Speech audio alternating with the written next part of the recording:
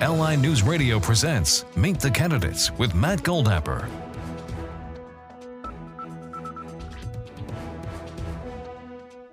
.1039 LI News Radio. I'm Matt Goldapper. With me from the 6th Legislative District, Sarah Anker. How are you? I'm fine. Thank you for inviting me here today. Great. Thanks for coming by. So tell me about yourself. Tell me about the last 2 years in your districts, things you've accomplished, things you're proud of. Oh boy, I think we'll need more than the time we have here to talk about that, but I will start. Sure. I'm very happy and proud to be the county legislator for the 6th District. That district encompasses Mount Sinai to Wading River, Ridge, Middle Island, and Quorum. And I basically, it's just starting to get involved in politics, joining the Mount Sinai Civic Association and the creation of the Heritage Park. So that got me warmed up for government. I started Community Health and Environment Coalition, a not-for-profit that was literally started around my dining room table, addressing the cancer and breast cancer issues we have here on Long Island, specifically in my area.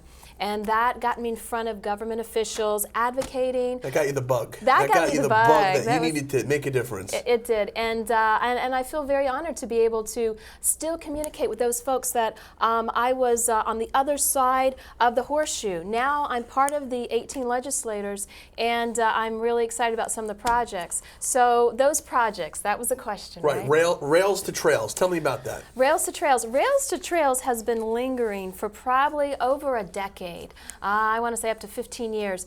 It is a project that will be, it's a bike jogging lane under the LIPA right-of-way from Mount Sinai all the way over to Wading River. And we have $6.5 million to spend on that, federally funded, only used for that specific project. Now, I know you're saying that's a lot of money for the federal government to put into it. It's a lot of money. It is, but it was designated, and if we don't use it, someone else on Long Island will use it specifically for a bike and jogging path. Right, so it's something that your district needs to take advantage of while the funds are there. We do, and what I've done is I've combined it with other types of projects that will create a boost into the economy for the area and revitalize the area. I'm trying to bring it in combination with the Tesla Museum. The Tesla Museum is a wonderful museum in Nikola Tesla located in Shoreham. So by tying that in, Rocky Point revitalization, I think the Rails to Trails will succeed.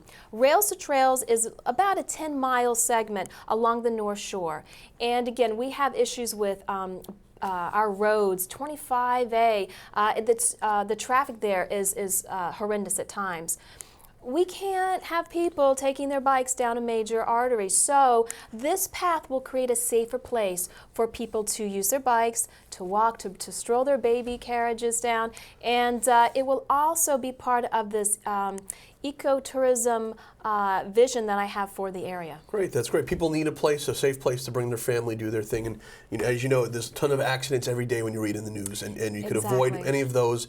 That definitely helps out the community. Absolutely. And also helping out the community of the Safe Hotline. The Safe Hotline, the School Active Violence Emergency Hotline. That idea was formulated in my office as I sat with my staff, and basically the idea was to create a panic button for our schools. The schools do not have a panic button like banks, like different residential communities.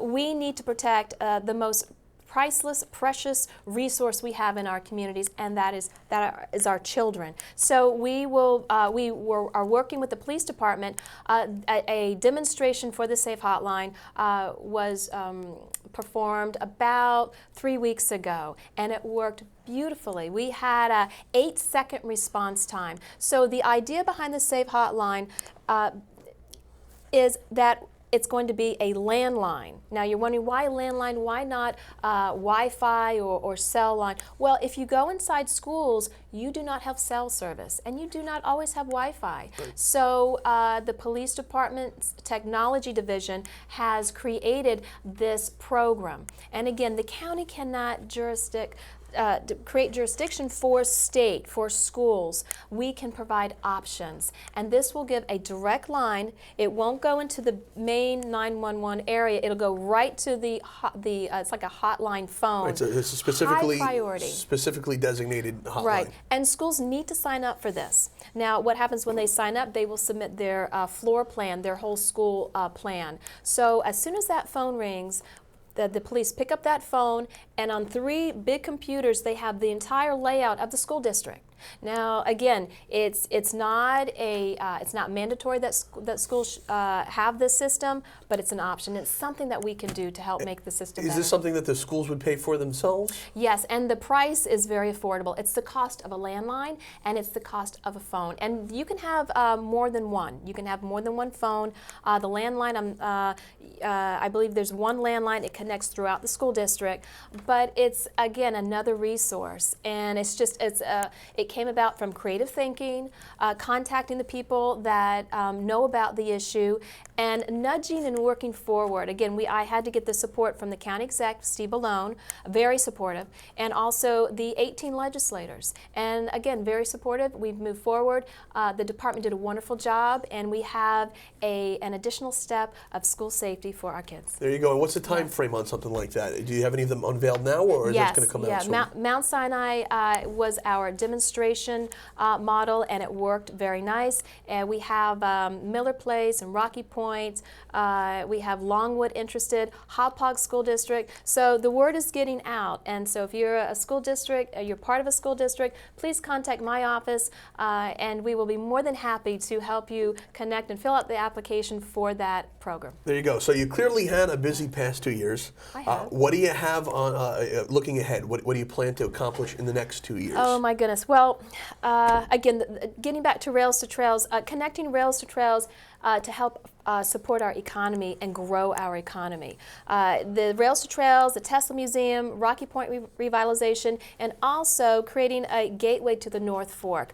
Long Island takes in a lot of funds, Suffolk County actually, for our sales tax from tourists. We need to support that economy. So I'm looking forward to creating this North Fork gateway in my district, and that's basically William Floyd is a main highway artery. Mm-hmm. So, let the traffic bypass 25 and 25A. Let them take the expressway, shoot up William Floyd, and enjoy the programs and the facilities there, including Brookhaven National Lab. Now, I'm on their legislative advisory board, and they're talking about Portal to Discovery, which is a science museum.